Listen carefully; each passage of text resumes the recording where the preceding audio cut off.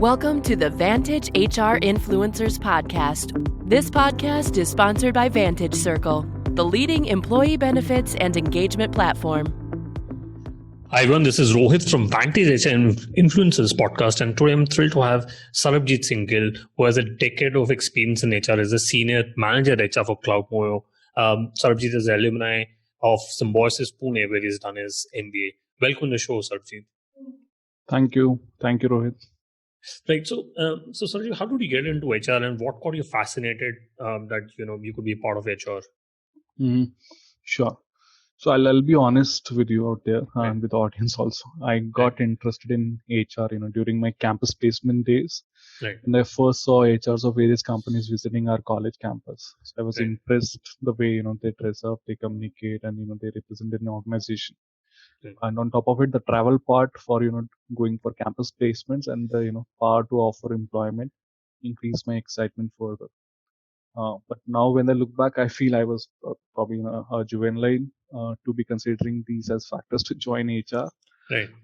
But I think, that's where I kick-started, my entry into HR. And with an engineer at heart, I always wanted to solve, some complex problems, and what can be more complex than people.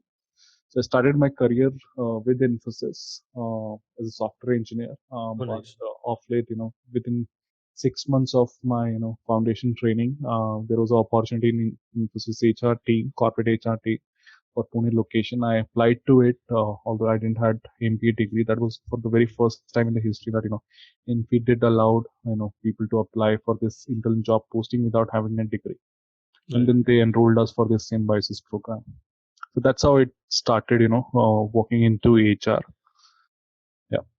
Yeah, very interesting, because we had Saurabh Nigam, who leads HR for one of the VC firms, who also started as an engineer and then went on to go become an HR. I wanted to understand, how can leaders give effective feedback to employees, because it is very important if an employee is not being able to work, not being able to give his utmost performance. Leader needs to give that feedback, or even if they are giving a great performance, a feedback, be it quarterly or annual or monthly feedback, has to be given.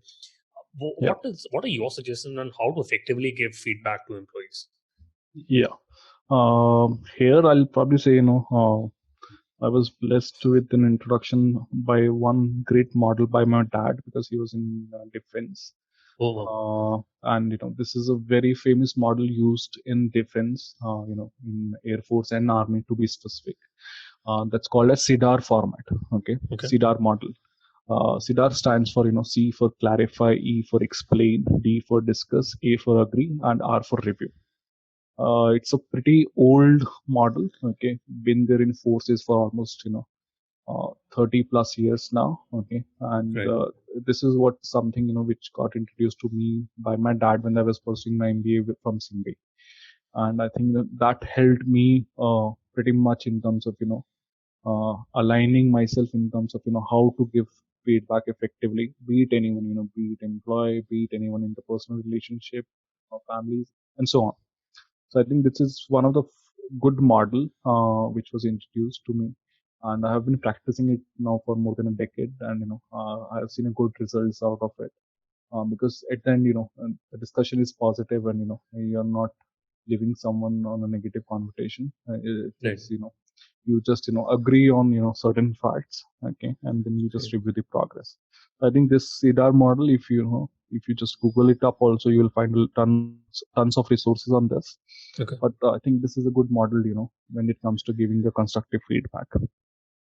Correct. And do you think employees should be given annual, quarterly, monthly, or even weekly feedback? What is your take on that? How frequently should leaders, be it in small teams or large teams, should look at giving feedback to their employees? Yeah, I think giving everything is moving into agile from last 3-4 years, and we have been using this buzzword a lot everywhere, in HR also, agile in HR. I think it's where we have to align our processes also with the engineering model of agile out there. Okay, It should be as as quick as possible. Whenever certain things are being accomplished, you know you should go ahead and have a one-on-one chat with the individual out there. You should not wait for any annual or mid-yearly reviews to happen. Okay. Right. That's also something which has been fading out from the industry now. Everybody is talking about continuous feedback mechanism, which is like more of a quarterly feedback. Okay. Okay. But I'll still say that you don't wait for those quarterly chains also to come. Whenever you feel something is done, be it good, bad, worst, you should just go and have a conversation out there, because conversations are very important when it comes to any kind of feedback. Then there are no surprises to anyone attend, right? That's how Right. you should approach it. Correct. Yeah. So importantly, like you mentioned, that a feedback on a conversation has to be given, and the feedback has to be given in terms of bad performance as well.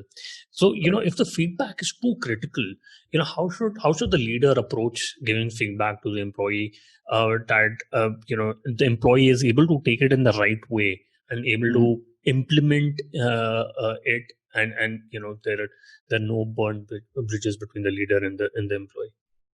Right. I'll keep this very short. I'll say, just be precise in terms of the feedback. Do not Right. try to sugarcoat, the way a lot of managers generally try to do, because, they are scared of, giving negative news, or, giving negative feedback to anyone, or improvement Okay. feedback to anyone.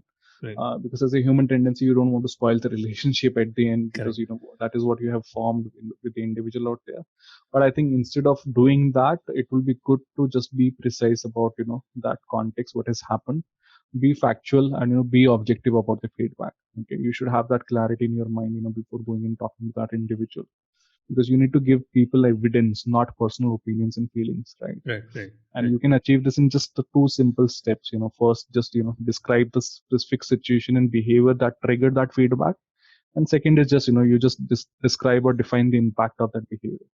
And if you have both the things in place, you will definitely have agreement at the end, beat any kind of critical situation.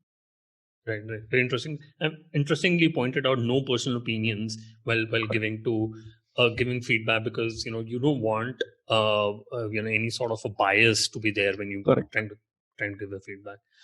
Right. And I wanted to understand, what are the metrics which can be used to measure employee engagement, especially we recording during this COVID times where we're working remotely. So are there any metrics, be it employment survey programs or any metrics which you would suggest to HR leaders on how to measure employee engagement? Yeah, so you can continue with the traditional way of measuring it, like employee engagement surveys, which you can do it on periodic basis just to capture the feedback, Right. how your employee engagement initiatives are. That's one. Okay. On the modern side, I think on today's scenario, especially in the COVID-19 situation, where your workforce is almost remote. Okay. I Right. think it will be good exercise to use one input from sales sales role, that is having a net promoter score. So have a employee NPS in Oh, place. correct. Okay. See what is the response, and you will automatically get to know that how many people are your actual promoters, right? So that will give you a good dipstick out there. Another metrics to follow is like you can continuously monitor your Glassdoor ratings, right? So that's one neutral source which you can rely upon. Okay. And ask your employees, if you're confident about it, ask your employees to review you on Glassdoor, because that's one neutral anonymous input which you can capture. uh, some interesting other ways to find out if things are going well from the engagement point of view are like, you can look at the leaves data, vacations days used by the individuals or the employees in specific project or line of business, and so on. You can do a drill down on the data available to you, which is like new hire, 90-day failure rate. Okay. Right. And so on. So there are so many HR metrics that you can apply. Okay, it's just all about the analytics that you can do on top of whatever data you're sitting on. Got it. And interesting you point about the employee net promoter score. Can you just explain in a bit on how the employee net promoter score has to be calculated? Is it very similar to what a NPS score is, where 7 and above is a great score? Correct. So it's on the framework is same. There is no change in that. It's just that instead of your external customers or your clients, it's for us, our internal customers are our employees, right? Correct. And external customers are the candidates or the prospects that we want to hire. Right. So you just change that part, and rest framework remains same for NPS. Correct. And how should a leader also take feedback from their team so that he can improve as a leader? Because it is a two-way process where you're supposed to give feedback to your employees, but also take feedback as a leader so that you can be an effective team leader going forward. Yeah. I think that's one important part because dealing with the feedback reactions is one of the important I'll say skill which every leader should have.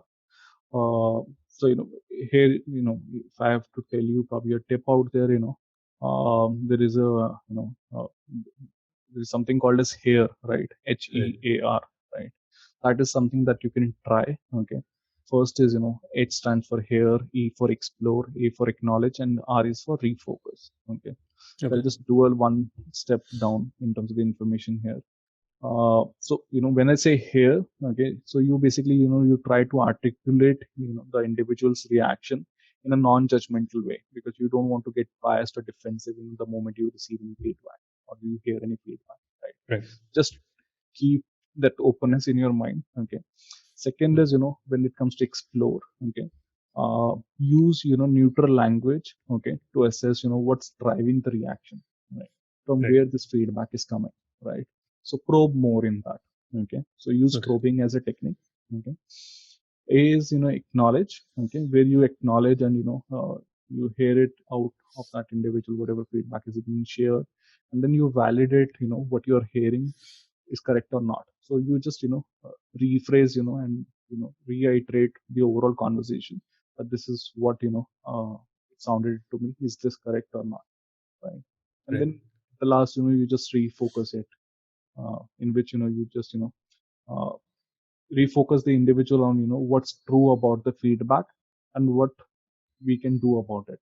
Okay, because there could be certain feedbacks probably which you don't want to pay attention, or probably which does not stand true for you, right?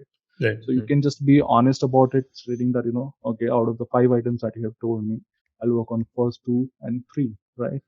But on the 4th and 5th item, probably this is the way things happen, and this is the way we should accept it. So just change the entire discussion at the end, in terms of coming into a mutual agreement, so that it's a win-win situation for you and for the one who is giving you feedback. Yeah, no, absolutely makes complete sense. And I wanted to understand how can we increase employee engagement in a remote setup. Looks like because of the COVID situation, lot of companies have already gone into remote work setup. But are there any pointers on how to increase employee engagement? Yeah, I think first is be digital HR. Okay. Because that's the new skill set which every people advisors or people champions need to have. Okay. Because you need to use the technology to connect with your employees, right? In terms of the initiatives, there are n number of employee engagement ideas which you can actually drive just sitting at your home. Okay. Be it as simple as driving some virtual coffee sessions with your employees, right?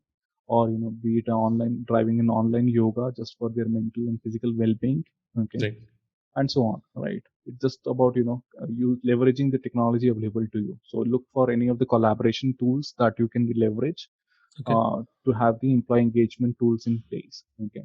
Next is when it comes to remote operations, you need to really gamify things, right? You can't expect people to participate until unless it doesn't sound very exciting to them, right? Because they're already busy in their regular schedules, coping up with the stress of COVID, and coping up with daily chores at home. So you really need to be on top of your innovation out there as an HR leader, to ensure that you gamify the overall process of engagement, so that they feel like connecting with you, they feel like connecting with your engagement activities, right? Right. Right. Yeah, Got it. that's Yeah. what I'd say. Yeah. Got it. Yeah. So yoga sessions, gamify things, those sort of activities, and have to be there. But how would you differentiate between an engaged employee and a disengaged employee? Not only in a remote setup, but generally, there are times when an employee would be disengaged. Uh, how would a leader get to understand that this employee is not as engaged as he was before? And any pointers on how to address that problem with an employee? Yeah, I think one can automatically identify, as a leader or as a manager of that group, Right. whosoever is engaged or not engaged, because in your daily Scrum meetings or in your weekly meetings, you'll get to see that there is not much of inputs coming from that individual, right? You will Right. see that person to be a little off, right? Correct. Productivity will be automatically hampered, right? Right. If the person is not motivated and engaged, probably that person will not give 100%, right? So Right. that will be the another sign. Person probably missing out on some deadlines, person missing out on couple of things, and then leaves, or probably taking too much of leaves, unplanned leaves, is also one of the sign through which you will get to know that person is not engaged, right? Right. And then you can also check with the HR, if you are from the business side, you can always check with the HR, what's the participation level of this individual when it comes to organization activities, right? That Okay. could also be one of the input that you will see. So Correct. these are some of the ways through which you can identify. And apart from that, yes, managers should continue their dialogue, their conversations with the employees at least once a month or once a quarter. And same way, is what as an HR we also do. We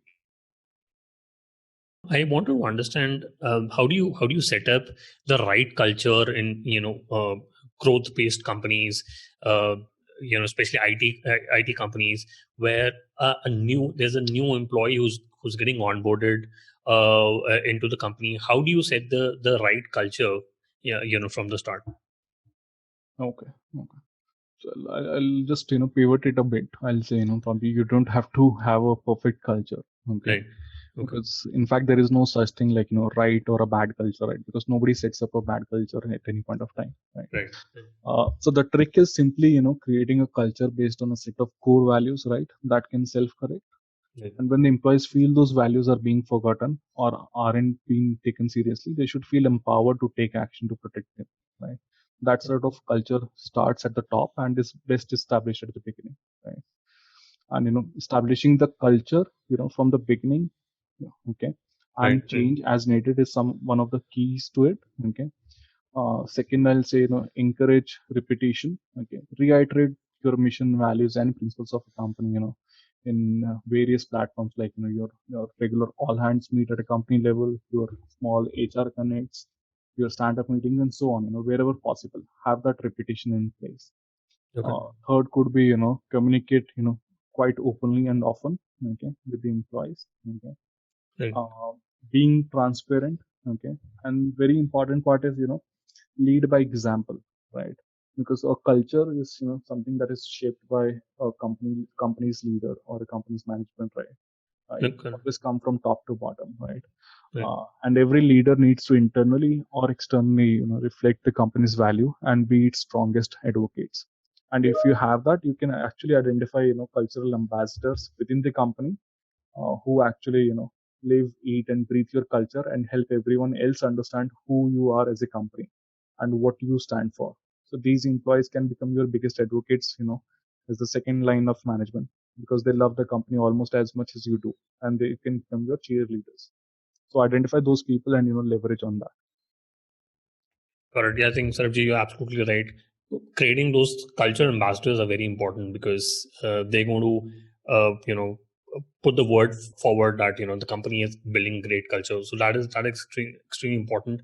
And before the call we were talking about remote work, but it looks like a lot of companies are going to be working remotely till the end of this year. But are companies looking at remote work forever, and can there be a forever remote work culture?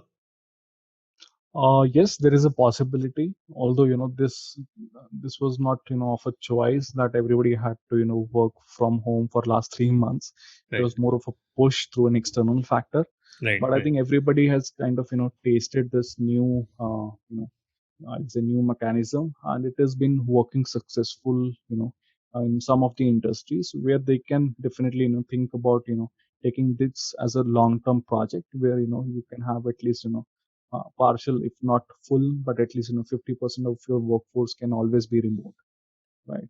That's Correct, what something it's going on as in discussions in most of the companies in the HR fraternity. But keeping 100% work from home for forever, I think it will be a little far, because you always want to have that connect within the people, and you always need that social environment with which people are gonna miss, because at the same time people are happy about this new work from home operations and model. But at the right. same time, there is a set of people who wants to go back to office, who wants to Correct, resume, correct, correct, because they love socializing with other people, and it's something that motivates them. correct. So just balancing it out will, I think, make a sense out there. Correct, makes sense. And Vantage Circle is a rewards and recognition platform, and we proud to have CloudMoyo as one of our partners. But how does a reward and recognition platform help in giving instant gratification and rewards to employees? What is CloudMoyo doing in order to reward and retain their employees? Okay. So a platform like Vantage Circle is probably perfectly suitable for any of the technology driven workforce Right, of today. right, I'll probably call it as rewards and recognition 2.0.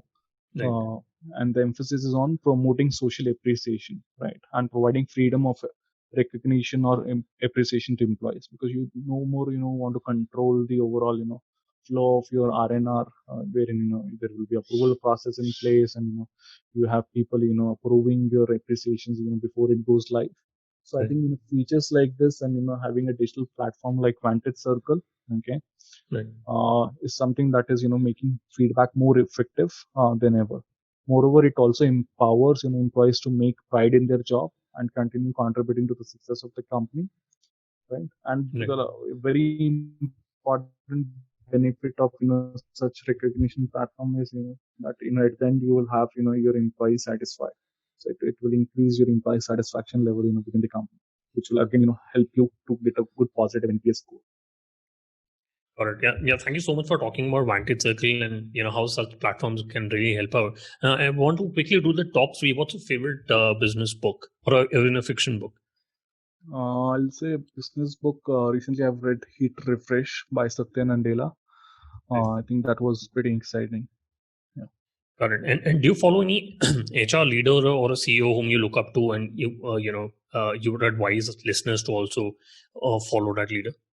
Yeah, I'll advise following world-renowned business educator and coach, which is Dr. Marshall Goldsmith. Okay. I've been following him very closely. Yeah, and I see good results of that. Got it. We will put that in the show notes. And Sarabjit, what is the one piece of advice would you give to young HR leaders, uh, who graduated or who graduating in this tough year Mhm. from business schools and looking to build their careers in HR? What advice would you give to them? Okay.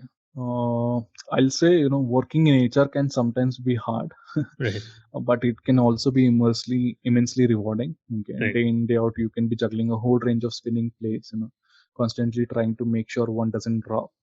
While at the same time, doing your best to support your company's biggest asset, that is, their people. So right. come to HR field only if you love real life challenges and can manage multiple stakeholders, and if you really have interest in people. Else you will be kind of misfit. That's how I want to put it. Got it. Sarabjit, what is the best way people can reach out to you and know about CloudMoyo? Yeah, so they can connect with me on my LinkedIn.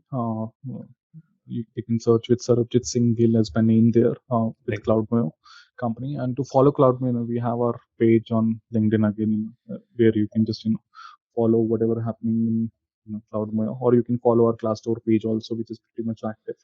You will get to know more updates about us. Got it. We'll put that in the show notes. Sarabjeet, thank you so much for taking your time and speaking to us. I really enjoyed doing this podcast with you. Thank you, Rohit. It was a pleasure talking to you. And, I think a show like this is really required. Thank you. Thank you. Thanks for listening to Vantage HR Influencers Podcast. Please do subscribe to Vantage HR Influencers Podcast on Apple Podcasts and Spotify for new episodes.